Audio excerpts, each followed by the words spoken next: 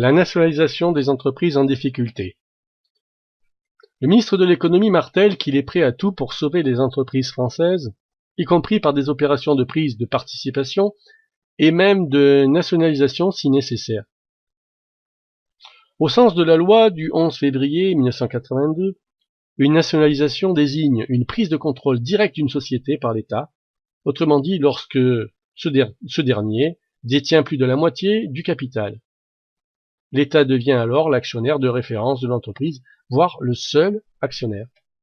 Regardons les principales participations de l'État. L'État détient environ 10% d'Airbus, d'Orange, de Renault, d'Air France KLM, de Safran.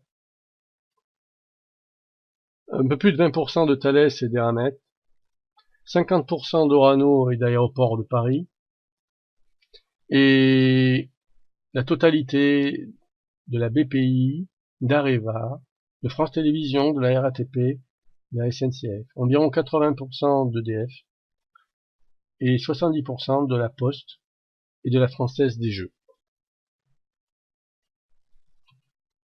Ce qui nous intéresse, c'est la branche énergie du groupe Alstom, qui a été rachetée par l'américain General Electric. Certes, Alstom n'est pas une entreprise dont l'État est actionnaire. L'État n'est pas actionnaire d'Alstom, mais regardons de plus près ce qui s'est passé. Avant 2014, Alstom Energy, c'est 70% des activités du groupe.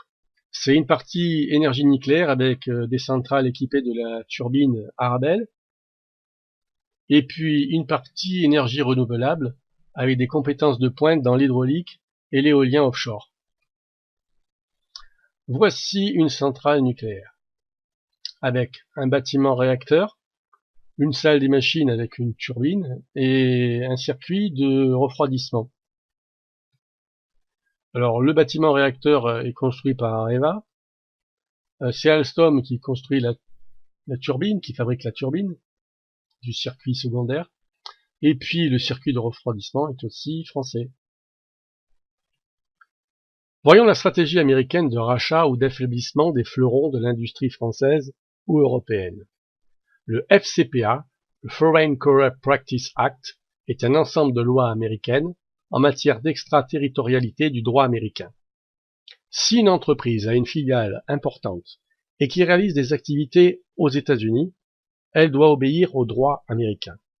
En particulier, l'utilisation du dollar ou d'un système de communication dont les serveurs sont américains, ou des outils dont un certain nombre de composants sont américains, comme un smartphone par exemple, permet de tomber sous le coup de la loi américaine. Alors le FCPA saisit le département de justice qui fixe de vastes enquêtes de corruption ou de rupture d'embargo pour poursuivre de grandes entreprises et infliger ainsi de lourdes amendes. Alcatel a payé 137 millions de dollars au département de justice, Peugeot 5 milliards d'euros, Total 400 millions de dollars, Technip, la société pétrolière, 301 millions de dollars, Vetco Gray, 26 millions de dollars, BNP Paribas, 10 milliards de dollars. Et enfin, Alstom, 772 millions de dollars. Revenons à notre centrale nucléaire. Le bâtiment réacteur est toujours construit par Areva. L'aéroréfrigérant est toujours français. Ce qui change, c'est que la salle des machines et la turbine appartiennent à General Electric, une société américaine. Cela pose deux problèmes majeurs. Le premier, c'est la baisse des parts de marché et l'exportation des centrales nucléaires françaises clés en main, avec turbines aux mains d'une entreprise américaine. Quelles garanties auront des pays acheteurs comme la Chine ou la Russie que les Américains accepteront de les approvisionner en pièces de rechange et accepteront aussi d'étudier des projets de modernisation des turbines pour augmenter la durée de vie de celles-ci. Deuxième problème, cela pose le problème de la dépendance énergétique de la France. Les centrales nucléaires produisent 75% de l'énergie nationale. En perdant le savoir-faire français en matière de turbines électriques, nous perdons un élément d'indépendance énergétique indéniable. Y a-t-il d'autres fleurons français ou européens ciblés par cette stratégie américaine? Oui, nous avons le groupe Areva, Airbus, Sanofi et la banque Société Générale. Voyons le cas de la privatisation de la Française des Jeux. Fin 2019, avec son introduction en bourse, l'État est passé de 72% du capital à quelques 20%.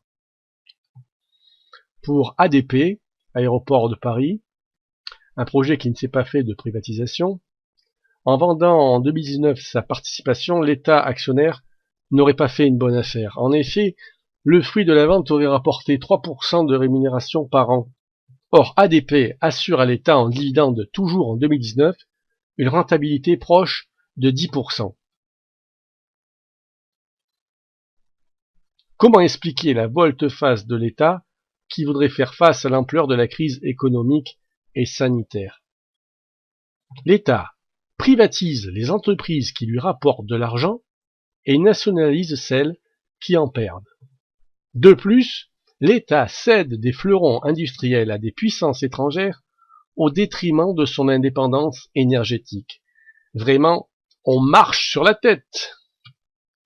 Mais avec quel argent l'État compte-t-il financer ces opérations? Par le creusement des déficits publics? Par une aide financière de la BCE? Il est vrai que par les QE, quantitative easing, la monnaie injectée contre la récupération de titres obligataires d'État rend les banques commerciales beaucoup plus liquides. Il se pourrait, comme elles n'y sont pas forcées, que les banques commerciales utilisent ces liquidités pour renflouer leurs réserves obligatoires ou racheter à prix cassé des actions d'entreprises privées, beaucoup plus rentables, plutôt que de prêter aux entreprises en difficulté.